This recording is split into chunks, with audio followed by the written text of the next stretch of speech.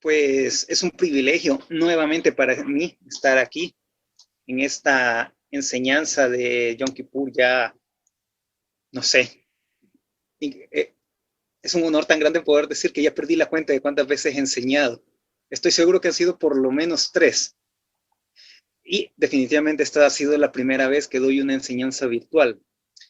Eh, Sin embargo, este año cuando me dieron la programación, lo primero que vi fue, soy el último al que le toca. Y yo dije, wow, qué reto, porque el último que le toca, por un lado la gente espiritualmente está muy elevada, eso, lo cual es bueno, aunque por otro lado ya el cuerpo y el hambre como que comienzan a calar, ¿verdad?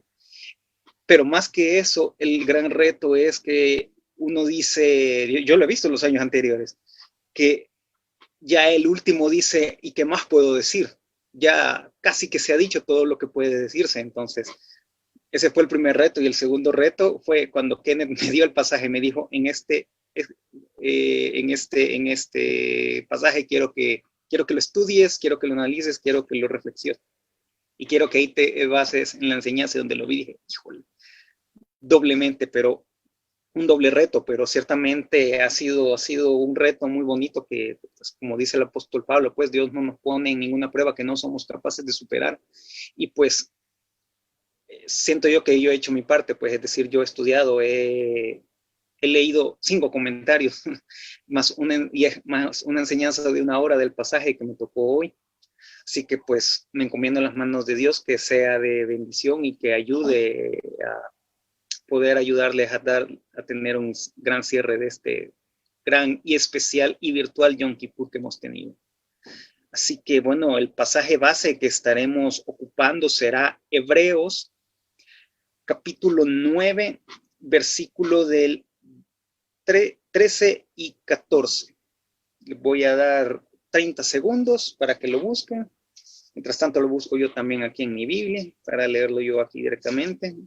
Algunas cosas las estaré leyendo en la Biblia, otras las tengo aquí anotadas. Tiene razón Kenneth, ¿verdad? Esta luz se ve así el rayito como cae bien angelical se mira. Bueno, así lo ha querido Dios. Hebreos 13, capítulo 13 y 14 dice, en mi Biblia que es una Reina Valera 1995 dice, porque si la sangre de los toros y de los machos cabríos y la ceniza de la becerra rociadas a los impuros santifican para la purificación de la carne, cuanto más la sangre de Cristo, el cual mediante el Espíritu Eterno se ofreció a sí mismo sin mancha a Dios, limpiará vuestras conciencias de obras muertas para que sirváis al Dios vivo. Lo voy a leer nuevamente. Porque si la sangre de los toros y de los machos cabríos y las cenizas de la becerra rociadas a los impuros santifican para la purificación de la carne, cuanto más la sangre de Cristo, el cual mediante el Espíritu Eterno se ofreció a sí mismo sin mancha a Dios, limpiará vuestras conciencias de obras muertas para que sirváis al Dios vivo. Como les decía, este pasaje tuve que leer leí cinco comentarios bíblicos. Y este pasaje, irremediablemente, imposible analizarlo sin tener que mencionar qué dice el Antiguo Testamento, qué dice la Torah sobre estos sacrificios. Imposible analizarlo. O sea, hay otros pasajes que los podemos agarrar y quererlos interpretar solo así en el aire, sin hacer ninguna referencia a lo que está detrás. Pero este pasaje específicamente es imposible interpretarlo sin preguntarnos, bueno, ¿y de qué está hablando? ¿De qué machos cabríos? ¿De qué becerra rociada? ¿De qué está hablando? Así que, ojo, y solo leyendo esos pasajes y analizándolos y leyendo las referencias cruzadas de esos pasajes, solo con eso podríamos irnos lo que nos queda de la hora y media de Yom Kippur. Pero no vamos a ahondar tanto en eso, pero sí hay que citarlos, ¿verdad? porque, porque el pasaje, como les decía, inevitablemente hace referencia a eso. Entonces, el de la vaca rojiza es Levítico 23 del 26 al 32 y el de los machos cabríos es Números capítulo 29, 7 al 11. No lo vamos a leer, se los voy a parafrasear para avanzar un poquito más rápido. Y primero que nada voy a hablar de la vaca rojiza. Si quieres saber más de la vaca rojiza, vaya a seguidores.org y busque una enseñanza de Kenneth donde la enseñanza es sobre la vaca rojiza. ¿Ok? Pero hoy les voy a hacer una recapitulación así muy rápida sobre qué dice. Ahí en Levítico menciona aparentemente así en el aire, no señala ninguna fecha, no señala ningún momento del año, ninguna ocasión, solamente dice, le voy a leer solamente el primer verso para que veamos cómo comienza, porque lo interesante de este sacrificio, si bien es cierto, estamos haciendo referencia a él hoy, que es Yom Kippur, en realidad aquí no es mencionado en una fecha especial, en un Yom Kippur, en una Pascua, ni nada así, sino que es mencionado así como en el aire, solo como que miren, cuando surja esta necesidad, esto es lo que ustedes van a hacer. Y dice así, Levítico 23, 26, se me pasó la...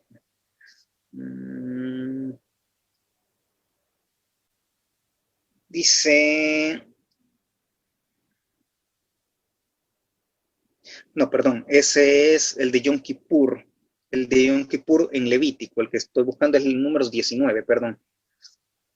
Es que tengo aquí varias citas.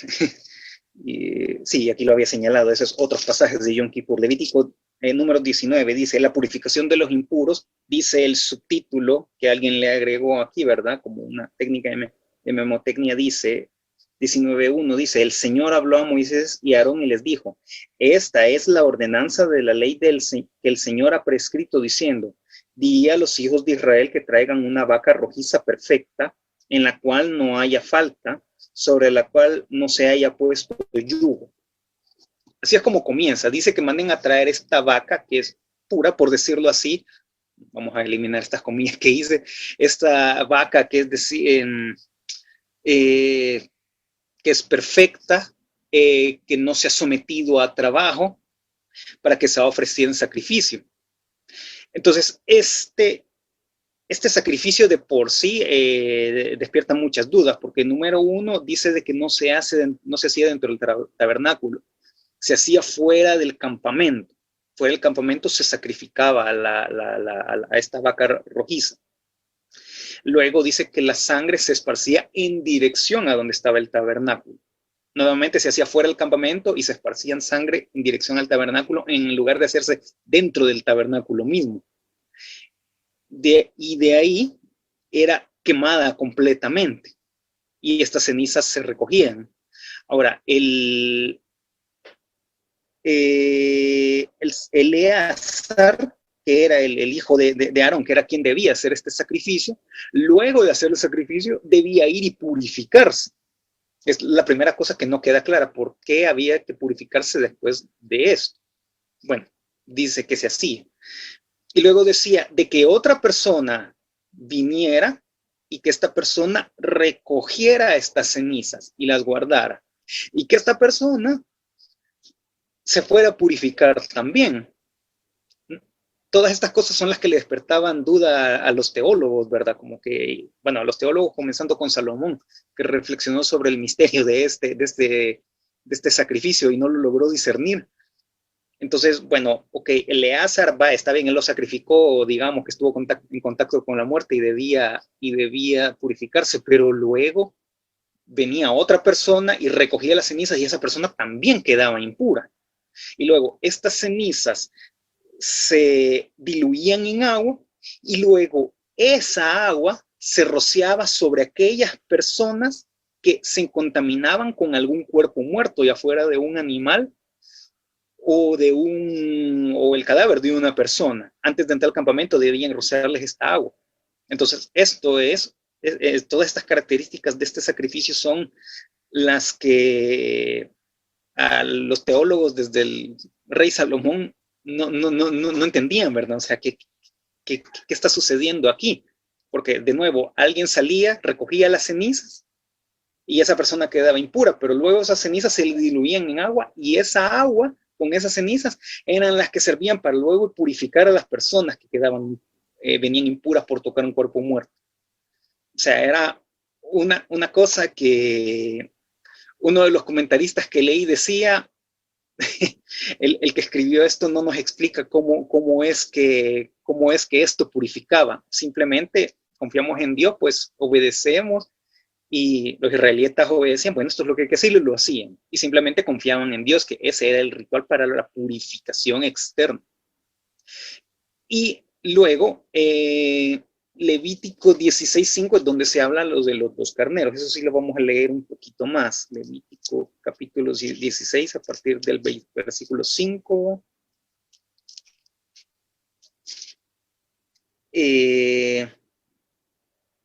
De la congregación de los hijos de Israel, tomará 2 machos cabríos para la expiación y un carnero para el holocausto. Ok, aquí están los 2 machos cabríos de los cuales habla Hebreo. Leamos un poquito más porque este no es tan largo. El de la vaca rojiza sí es bien largo, por eso no lo quise leer todo, pero este no es tan largo, así que sí vamos a leerlo. Dice, a partir del 6, Aarón hará traer su becerro de la expiación y hará la reconciliación por sí y por su casa.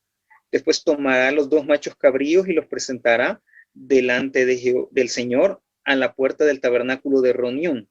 Luego echará suertes a Aarón sobre los 2 machos cabríos, una suerte para el Señor y otra suerte para Azazel. Paréntesis.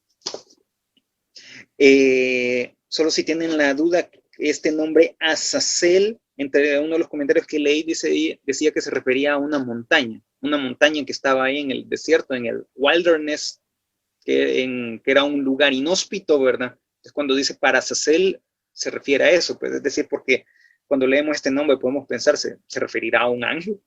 Digo, porque suena nombre de ángel, Miguel, Rafael, Gabriel, Uriel, incluso Azrael, que es un ángel de la tradición islámica. Sí, suena, o incluso alguien podría tener más imaginación y pensar que es un demonio, pero no.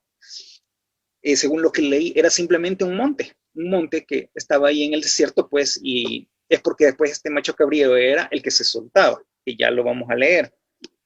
Dice a partir del 9, y hará traer a Aarón al macho cabrío solamente sobre el cual caiga la suerte del Señor y lo ofrecerá como expiación. Pero el macho cabrío sobre el cual caiga la suerte por Azazel lo presentará vivo delante del Señor para hacer la reconciliación sobre él y enviarlo al desierto para Azazel. Y de ahí dice, bueno, no, nos quedaremos aquí. Entonces, sí, básicamente estos dos machos cabríos que menciona, uno era para sacrificarlo, hacer el holocausto, y el otro se soltaba en el desierto. Dicho sea de paso, de aquí es de donde sale la famosa expresión que oímos en la tele y en películas, que es un chivo expiatorio.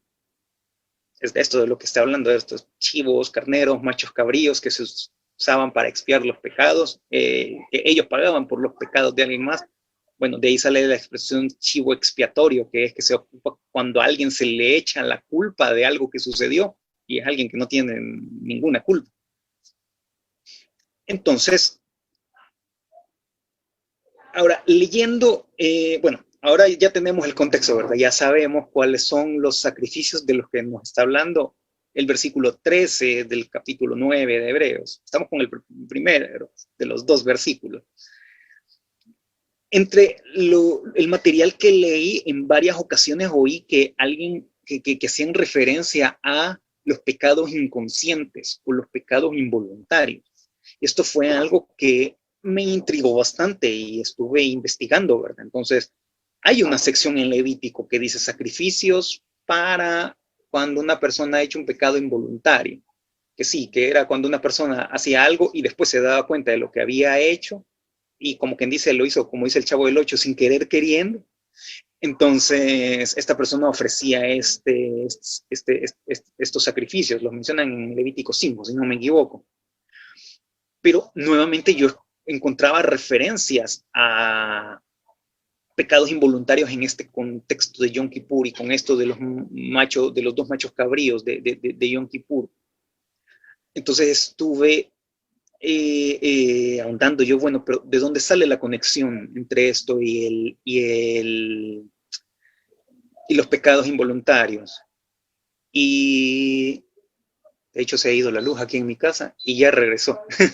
Y por eso es que no me conecté en mi computadora, porque temía que se fuera a apagar la computadora y ahí se me iba a cortar toda la transmisión. De hecho voy a encender la computadora nuevamente porque me sirve bastante.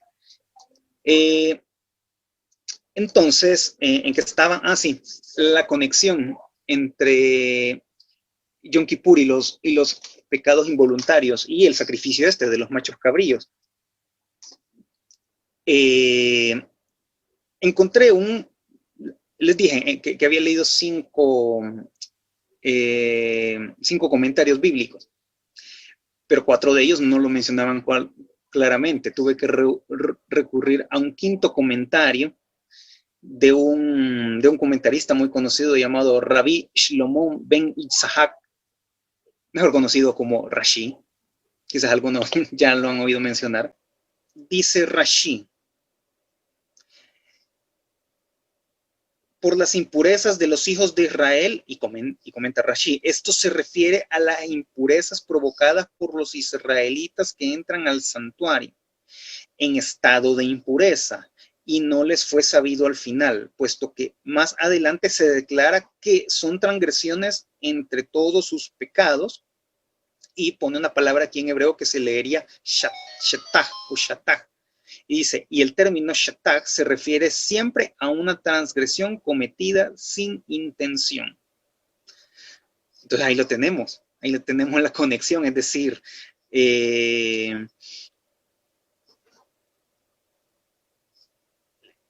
este pasaje de Levítico 16:6, que es decir, así purificará el santuario a causa de las impurezas de los hijos de Israel, de sus rebeliones y de todos sus pecados. Ese todos sus pecados es una palabra hebrea que hace alusión a un tipo de pecado que es inconsciente. Entonces, Aarón hacía expiación por el pueblo, pero incluidos los pecados inconscientes, los pecados involuntarios, los pecados de ignorancia, los pecados de desconocimiento. Aquellos que si le preguntan a cualquiera de los abogados de nuestra comunidad, les dirán de que el desconocimiento de la ley no es justificación para decir, es que yo no sabía que aquí no me podía estacionar, no importa, igual le vamos a poner la multa porque usted tiene la obligación de saberlo. Entonces, por ese tipo de pecados que los toma en consideración la Torá, dice de que se hacía una expiación. Ahora, todo este tema de los pecados inconscientes me recuerda a un personaje muy importante del cristianismo, a un personaje, a un pilar, de hecho, del cristianismo occidental, del cristianismo evangélico, por no decir que el pilar más importante. Y me estoy refiriendo nada más y nada menos que el mismísimo Martín Lutero. Hablemos un poquito ahorita de la vida del señor Martín Lutero. El papá de él quería que fuera alguien en la vida. Esas cosas pareciera de que no cambian con los siglos. Los papás siguen queriendo que sus hijos sean alguien en la vida, y quería que Martín fuera abogado, para que fuera alguien. Pero en su camino, en su recorrer, en sus estudios, él de repente le surgió un gran miedo por la muerte y por lo que venía después, de modo que él, este miedo, esta conciencia de que era mortal y que no sabía qué iba a venir después, lo llevó a hacerse monje y a vivir a un monasterio. Y estando ahí, él preguntó, ¿qué es lo que tengo que hacer para ganar la vida eterna? La misma pregunta que le hacen a Jesús y que nos seguimos haciendo nosotros al día de hoy. ¿Qué es lo que tengo que hacer para ser salvo? Y a él le dijeron, fácil, tienes que hacer un examen de conciencia, hacer una introspección, tomar conciencia de cuáles son tus pecados, ir a confesarlos a un confesionario, en el sacramento católico romano de la confesión, confesar tus pecados, que el sacerdote te absuelva, y con eso ya eres limpio y ya te vas a ir al cielo. Ok, en principio bien fácil, ¿verdad? Hay un episodio de Los Simpsons donde Homero y Bart se hacen católicos, ¿verdad? Y le explican justamente esto, y Homero se queda como, excelente, me voy a poder limpiar de todas las cosas malas que he hecho. Martín Lutero no fue tan optimista, porque él pasaba día y noche haciendo penitencia, orando, incluso yo creo que llegaba al punto de golpearse con látigos, ¿verdad? Haciendo memoria de cuáles habían sido sus pecados. E iba y se confesaba y lo absolvían y luego volvía a orar y seguía haciendo introspección y seguía golpeándose y seguía ayunando. Porque, ¿qué sucedía? Porque a él le preocupaba que hubiese un pecado, aunque sea así chiquitito, que a él se le olvidara y que no lo confesara y que no lo absolvieran, y que por causa de ese pecado, entonces él se fuera a condenar. Entonces por eso él pasaba tan afligido día y noche, porque él decía, es que no quiero que se me vaya a olvidar ni el más mínimo pecado. O sea, para Martín Lutero, lo que hemos hecho estas últimas 22, 23 horas, para él, honestamente, hubiera sido fácil. Él hubiera dicho, bueno, ¿ustedes qué hacen? Ah, no, pues sí, es que ayunamos durante 24 horas y pasamos pendientes de las enseñanzas, ¿verdad? Y él se hubiera quedado así como, y eso es todo, porque, o sea, él pasaba día y noche así orando y ayunando y compungiéndose, arrepintiéndose, analizándose, para que no se le olvidara el más mínimo de sus pecados, ¿verdad? Entonces, eventualmente sucedieron las cosas de su vida, que él fue a Roma, vio la forma en la que vivía el clero romano, no le gustó, regresó a Alemania, se les dio lo de las ventas de indulgencias, lo de las 95 tesis en la puerta del Palacio de Wittenberg, la dieta, bueno, se dio todo esto, y en todo este interín no me queda del todo claro si fue antes o después de lo de las 95 tesis. Tengo entendido que fue después, puede que me equivoque, pero eventualmente Lutero tuvo su famosa revelación sobre la justificación por la fe y sobre la salvación por la gracia. Porque ¿cuál fue la conclusión a la que él llegó? Él llegó a esta conclusión de que él mismo nunca sería capaz de hacer los méritos necesarios para ser justificado, para ser salvo. O sea, que él jamás podría, o sea, algo tan simple como acordarse de sus pecados para pedir perdón por cada uno de ellos. Él no fue capaz de hacerlo, y les aseguro, yo no soy capaz de hacerlo, y creería de que ninguno de nosotros es capaz de hacerlo. O sea, de verdad, somos capaces de acordarnos de todas las cosas malas que hemos hecho para pedir perdón a Dios. O sea, a veces no nos acordamos de lo que comimos el fin de semana pasado, ¿verdad? Menos nos vamos a acordar de las cosas malas que hemos hecho. Y aunque nos acordáramos, será de que de verdad nos vamos a encontrar a todas y cada una de las personas a las que hemos ofendido para poder pedirle perdón. Digo, yo tuve la oportunidad de pedirle perdón a alguien a quien le hice bullying en 5º grado, ¿verdad? Tuve la oportunidad como 15 años después, y a la persona le cayó en gracia, ¿verdad? Tuve esa oportunidad, pero digo, y todas las demás personas de las que uno se burló, a las que uno les hizo bullying, a las que, ¿cómo se llama?, de las que uno se rió, y esas personas, ¿cuándo? O sea, para comenzar, no me acuerdo.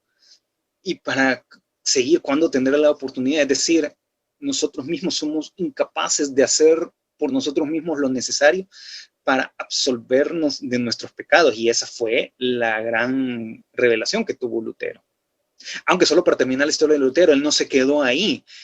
Él, al descubrir de que por medio de la fe y que por medio del sacrificio de Cristo, él ahora era justificado, él se descubrió así mismo con mucho tiempo libre. Ya no tenía que pasar día y noche haciendo penitencia, orando, ayunando, compungiéndose, y descubrió que tenía mucho tiempo libre. Y dijo, bueno, y ahora que tengo tanto tiempo libre, ahora que ya no tengo que pasar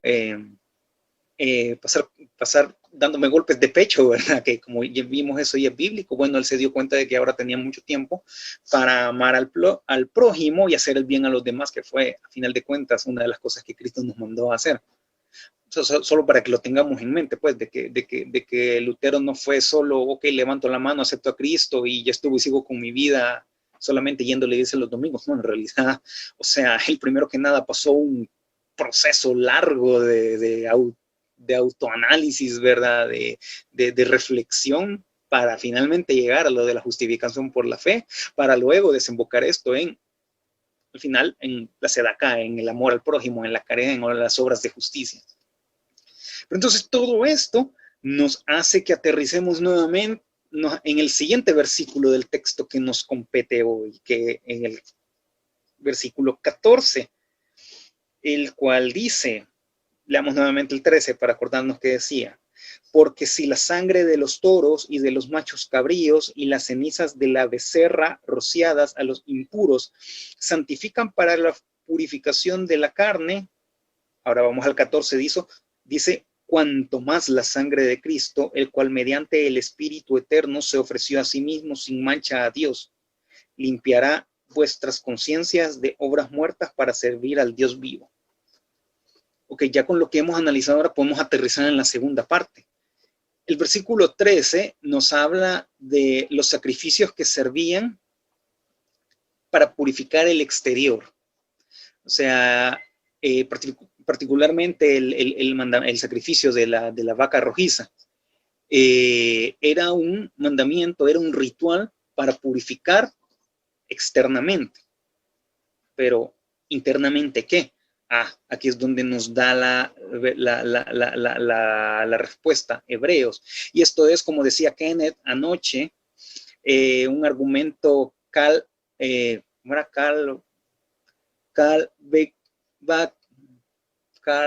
Bakehomer, creo que era, porque aquí lo tengo, pero aquí lo tengo escrito, Bakehomer.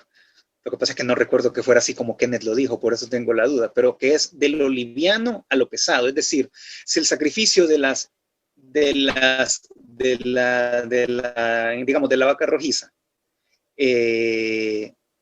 purifica lo físico, con cuanta mayor razón el sacrificio de Cristo purifica lo interno, purifica el espíritu.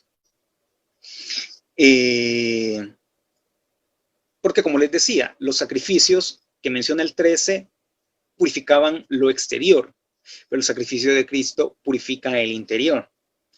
Ahora, yo sé que en este punto más de alguien puede decir, bueno, pero es que entonces a mí lo único que me interesa es el versículo 14, a mí lo único que me interesa es el sacrificio de Cristo, porque lo único que me interesa a mí es el interior, o sea, el exterior y el cuerpo y los sacrificios externos y la pureza del cuerpo, eso no importa. A mí lo que me importa es el sacrificio de Cristo, porque eso es lo que limpia mi alma. Es una forma de pensar muy generalizada, sobre todo cuando leemos Hebreos. Por ejemplo, cuando leemos, ¿cuál era? El del mediador de un nuevo pacto, capítulo 8, dice, ahora bien, el punto principal de lo que venimos diciendo es que tenemos al sumo sacerdote, el cual se sentó a la diestra del Padre, a la diestra del trono de la majestad de los cielos. Vamos un poquito más abajo. Al versículo 7 dice, si aquel primer pacto hubiera sido sin defecto, ciertamente no se habría procurado lugar para el segundo. Luego cita la profecía de Isaías 31 y luego en el 13 dice, al decir nuevo pacto ha dado por viejo al primero y lo que se da por viejo se envejece y está próximo a desaparecer. Cuando leemos varios de esos pasajes así en hebreo, somos muy dados a pensar, no, pero es que a mí lo que me interesa, lo que yo quiero es, ¿cómo se llama? Lo espiritual. Lo espiritual importa, lo físico no importa. Los sacrificios de la ley no sirven, lo que sirve es el sacrificio de Cristo. El sacerdocio levítico, eso era imperfecto, eso no servía. El sacerdocio superior de Melquisedec, del cual Cristo es parte, ese es el que cuenta. El antiguo pacto, no, eso ya no sirve, lo que sirve es el nuevo pacto. No, las sombras que no sé qué, que el tabernáculo de aquí, que no sé qué, que sombra, no sirve. Lo que sirve es el tabernáculo que está ahí arriba. Y así mismo somos dados a que rechazamos una cosa y decimos que lo que cuenta es lo otro. Igual, decimos que este mundo no importa, que lo que importa es el mundo venidero. Que este cuerpo no importa, que lo que importa es el alma, es el espíritu. Que nuevamente el exterior no importa, que lo que importa es el interior. Y con este mismo espíritu leemos pasajes como Isaías 1:11, que dice: ¿para qué me sirve, dice el Señor, la multitud de vuestros sacrificios? Hastiado estoy de holocaustos de carneros y de cebo de animales gordos. No quiero sangre de bueyes, ni de ovejas, ni de machos cabríos. Entonces, leemos este tipo de pasajes con el mismo espíritu, ¿verdad? Dice, no, es que ya ve, ahí dice que el Señor está hastiado, que los sacrificios, que eso no sirve, que el sacrificio de Cristo es lo mejor. Ahora, si usted piensa de esta manera, espero que esté bien sentado, porque le voy a decir algo que si no está bien sentado se va a caer, y si está parado le recomiendo que se siente. Si usted cree que los sacrificios terrenales y que este mundo no sirve, entonces usted está implicando que la muerte de Cristo en la cruz no sirve de nada tampoco. Se lo voy a volver a repetir, por si no le quedó claro. Si usted cree que este mundo no sirve, que el cuerpo no sirve, que los sacrificios terrenales no sirven, entonces usted automáticamente está implicando que la muerte de Jesucristo allá en el Gólgota, que eso tampoco sirvió, que eso tampoco vale nada. Porque vea, el mismo Hebreos dice más adelante en el versículo 24, porque no entró Cristo en el santuario hecho por los hombres, figura de lo verdadero, sino en el cielo mismo, para presentarse ahora por nosotros ante Dios. Ahí está. Y si le queda alguna duda, leamos también Apocalipsis capítulo 13, versículo 8.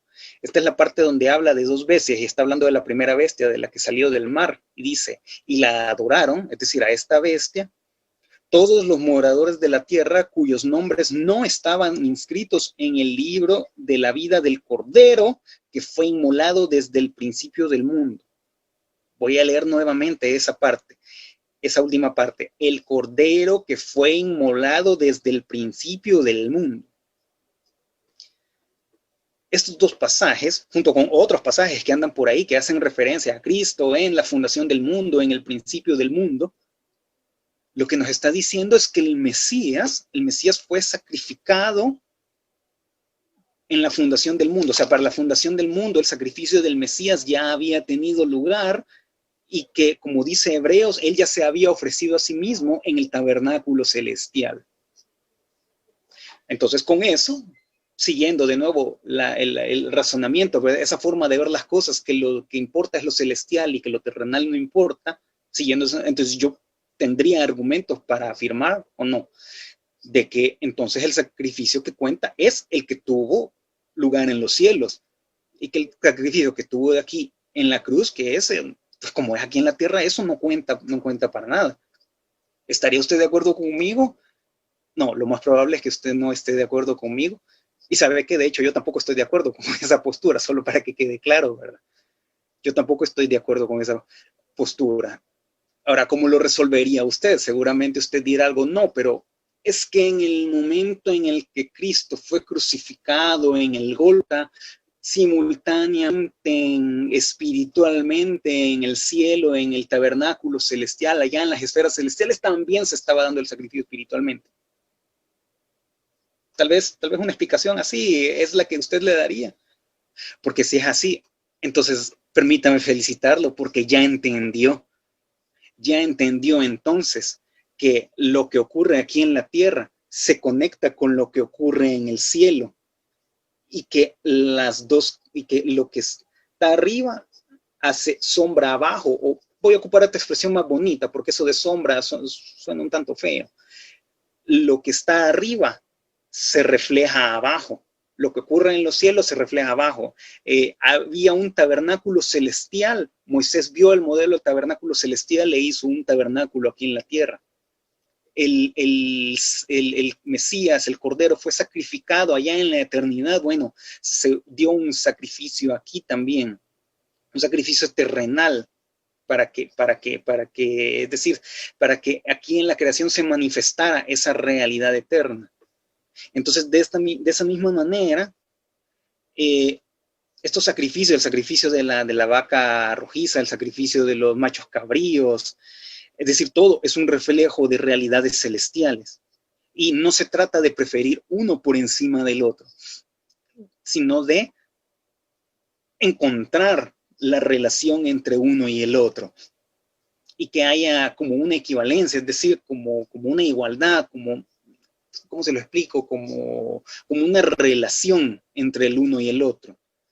Del mismo modo, pues, es decir, hay un mundo celestial, este mundo terrenal aquí abajo, pero de la misma manera, o sea, está nuestro cuerpo externo, que pertenece a este mundo y el cual se purifica con los rituales de este mundo, pero tenemos un alma que es eterna, lo cual se purifica de otra manera. Y saben, aprovecho a aclarar algo, que durante la serie Leche y Miel, que yo di 2 enseñanzas sobre escudriñando, y en la segunda parte yo mencioné la historia del leproso que viene de Jesús y que Jesús lo cura. Y en ese entonces yo les expliqué por qué se relaciona la lepra y las enfermedades de la piel con la mala lengua, con andar hablando cosas que uno no debe. Entonces, y en esa historia se ve de que Jesús lo cura y le dice, por favor, no digas nada, y que el tipo lo primero que hace es salir corriendo a decir lo que sucedió. Entonces se notó de que en realidad su falta interior, o sea, su lepra solo era un reflejo de su pecado, y que era en realidad una tragedia de que este tipo había conocido a Cristo, que Cristo había cambiado su exterior curándolo, pero él no había cambiado su interior. Entonces, en ese entonces cometí un error cuando mencioné eso, y no mencioné la importancia de que haya una equivalencia entre ambas cosas, ok, que haya una equivalencia de lo de afuera con lo de adentro. Que si yo digo que soy cristiano, que voy a la iglesia y doy el diezmo y hago, que eso tenga una equivalencia con mi interior, ¿sí? O sea, con que yo tenga buenos pensamientos, con que yo tenga amor por mi prójimo, un amor griego, pues, porque estoy hablando en este caso de un amor puramente interno, pero que se manifieste externamente con el amor al prójimo, que yo juzgue favorablemente a las personas, que yo sea una persona que se sienta feliz, es decir, cosas interiores. Tiene que haber una equivalencia entre una cosa y otra. No es que lo importante es el exterior y lo exterior no importa. Entonces, estoy revisando el tiempo y veo que me quedan 10 minutos. Me hace falta meme, que cuando ya me faltaban 10 minutos se paraba y para darme a entender de que ya se me estaba acabando el tiempo, pero ahorita estoy aquí revisando el reloj, pero veo que vamos bien. Entonces, así, volviendo con Hebreos,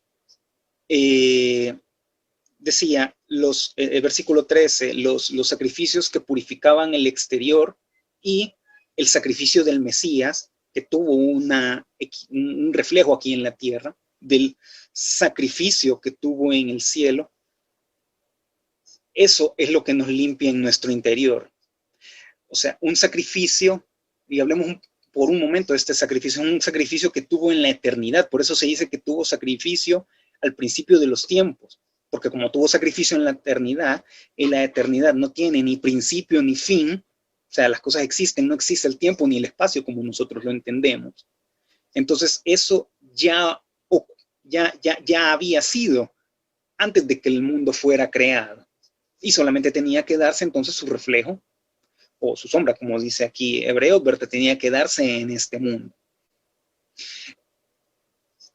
Y esto quizás nos resulte difícil imaginarlo, porque decimos, bueno, pero ¿y cómo es eso de la eternidad? Pero es que ya hasta la ciencia se está dando cuenta que nuestra percepción del tiempo está equivocada. O sea, desde los filósofos de la antigua Grecia se han cuestionado qué es el tiempo, y pasó Galileo, Newton con la mecánica clásica, Einstein con la relatividad especial y la relatividad general, Erwin Schrödinger con la teoría cuántica, y hace poco se nos fue Stephen Hawking, que a pesar de que era ateo, pero nos dejó muchas cosas interesantes. Y saben que a pesar de todos los aportes de grandes mentes como ellos, seguimos sin entender exactamente qué es el tiempo. O sea, el único pequeño paso que hemos dado es que aparentemente el tiempo es una ilusión de la mente humana. O sea, las mismas ecuaciones de la física no revelan qué es el tiempo, no, o al menos no respaldan nuestra percepción, o sea, lo cual demuestra de que el tiempo en realidad es una percepción nuestra de este mundo, de esta creación, de este universo material en el cual nos encontramos. Entonces, pero nuestra alma no es de este mundo, entonces por eso es necesario que elevemos nuestra conciencia, no solo a las cosas materiales, que elevemos nuestra conciencia. Bueno, ¿y cómo elevamos nuestra conciencia? Le recomiendo que vaya y revise los estudios de Tikkun, de Shabbat, incluso un par ahí que hemos hecho de Café Torah. Debemos elevar nuestra conciencia, pero no elevarla para quedarnos allá, sino que debemos elevarla y nuevamente bajar a este mundo, porque después de todo, seguimos viviendo en este mundo. Y eso quizás es lo más difícil, lo que más yo he estado aprendiendo en estos días, sobre todo que he estado participando en este programa de Café Torah. Si es que es bien fácil elevarse y comenzar a decir cosas, ¿verdad? ¿No? Comenzar a hablar, si ustedes escucharan las discusiones de los cristianos gnósticos de allá del siglo II, no, es que lo que pasa es que los aeones y los no sé qué, y es que la razón inminente dentro de la razón trascendente, o sea, unas cosas que hablan esos tipos, pero que están por allá, pero que parecían la sonda Voyager, ¿verdad? Que la sonda Voyager la lanzaron y se fue y se perdió y nunca regresó. Así eran estos tipos, se iban y comenzaban a filosofar y nunca aterrizaban en algo eternal. Y, o sea, nosotros debemos elevar nuestra conciencia, pero ser más como un transbordador espacial o como un avión, por lo menos como un avión, ¿verdad? Que subimos para luego otra vez volver a aterrizar en la Tierra, porque seguimos viviendo aquí. Seguimos teniendo que trabajar, aún necesitamos comer, aún tenemos cuentas que pagar, aún tenemos una nueva generación de hijos que criar, ¿verdad? Tenemos un mundo el cual reparar, porque creo que ya estuvimos hablando de eso en esta sesión, ¿verdad? Entonces, y ya solo para ir aterrizando, hay un punto que el otro día en Café Torah quise mencionarlo, lo mencioné, pero no lo terminé de desarrollar como yo hubiera querido, y lo voy a hacer este día. Y es que quiero que hablemos un poco sobre el tema de la era mesiánica. La era mesiánica, vaya, vamos a echar atrás un poquito de historia. Durante el siglo I hubo un periodo de 73 años entre el 7 y el 67 antes de Cristo y el 66 después de Cristo. Hubo un periodo donde en Israel había un gran sentimiento mesiánico y que toda la gente estaba como que, ¿dónde está el Mesías? ¿Dónde está el Mesías? ¿Quién es el Mesías? ¿Será aquel? ¿Será aquel otro? ¿Será este? ¿Será aquel allá? Y de hecho es en este ambiente donde Jesús aparece. Pero Jesús no es el único. Aparecieron de hecho 24 otros aspirantes a Mesías, que solo para su cultura general, de estos 24, Jesús fue el único cuyos discípulos, cuando él salió de la escena histórica, sus discípulos se quedaron predicando diciendo que su Mesías había resucitado. Solo Jesús fue la peculiaridad de ese movimiento.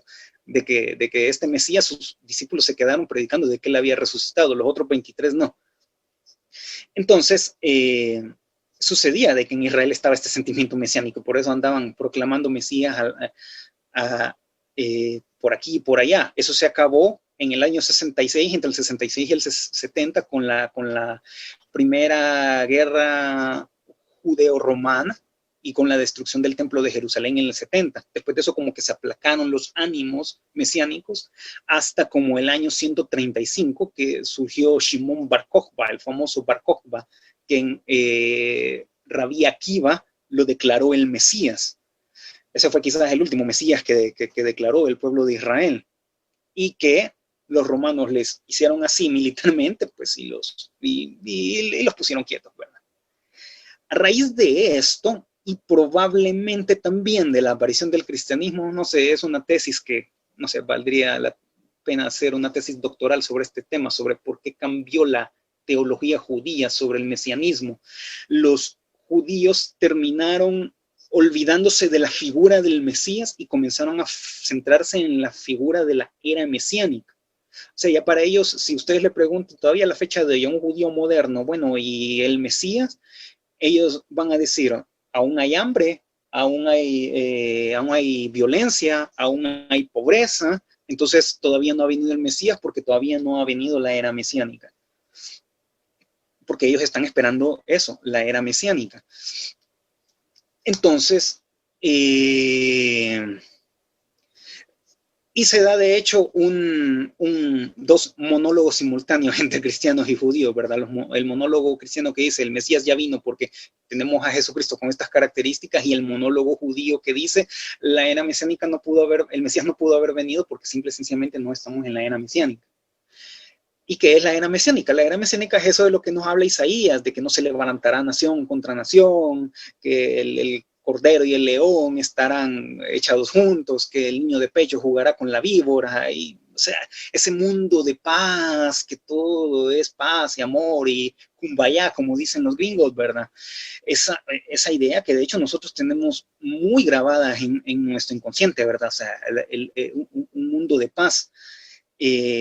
Pero eso es un concepto hebreo. Si ustedes, por ejemplo, leen la República de Platón no contempla algo así, sino que, o sea, lo que él propone es una total tiranía, ¿verdad? O sea, un grupo de filósofos que simplemente solo ellos mandan, y el que opine diferente lo mandan a callar. O sea, distaba mucho de ser una era mesiánica como el concepto que nos ha heredado la Biblia.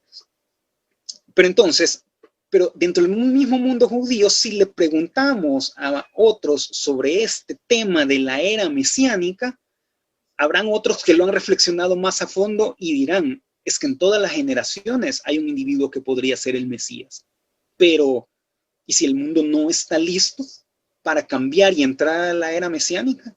Porque piénselo usted por un momento, supongamos que si de verdad Jesús regresa hoy a este mundo así como está, y solamente porque él de repente llegó a la tierra, entonces ya todo el mundo va a cambiar. O sea, todo el mundo va a dejar de ser egoísta, todo el mundo comenzará a ser generoso, los esposos violentos dejarán de maltratar a sus esposas, los ladrones van a dejar de robar, los políticos van a dejar de ser corruptos simplemente porque él llegó y se paró aquí en la tierra. No, y la respuesta es no. O sea, aunque llegue aquí el Mesías ahorita, ya, de hecho ya lo hizo allá en el siglo I, aunque él venga ya, o sea, el mundo no va a cambiar, al menos que las personas, cada una de las personas, cambie su propia conciencia. El mismo Jesús dijo, porque el reino de Dios está entre vosotros, o está dentro de nosotros, menciona allá en Lucas 17:21. O como dice Pablo en Romano, el reino de Dios no es comida ni bebida, sino justicia, paz y gozo en el Espíritu Santo. O sea, el reino de Dios, o la era mesiánica, o como le quieran decir, eso que de alguna manera nosotros anhelamos, es algo que comienza en el interior de nosotros y comienza por cada uno de nosotros. Y por eso es que nosotros estamos aquí en un día como hoy, justamente para elevar nuestra conciencia, justamente para ser mejores personas, justamente elevar nuestra conciencia para luego bajar eso que hemos elevado aquí a la tierra, ser mejores personas y hacer un mundo mejor. Y así, pues, tal vez en nuestro tiempo veremos el regreso del Mesías. O sea, pero eso no va a suceder mientras nosotros, cada uno de nosotros, no cambie su nivel de conciencia. Y he aquí la importancia de esto. Así que, bueno, ese es el mensaje que les tenía para hoy. Espero que haya sido de edificación para alguno de ustedes. Y para ir cerrando,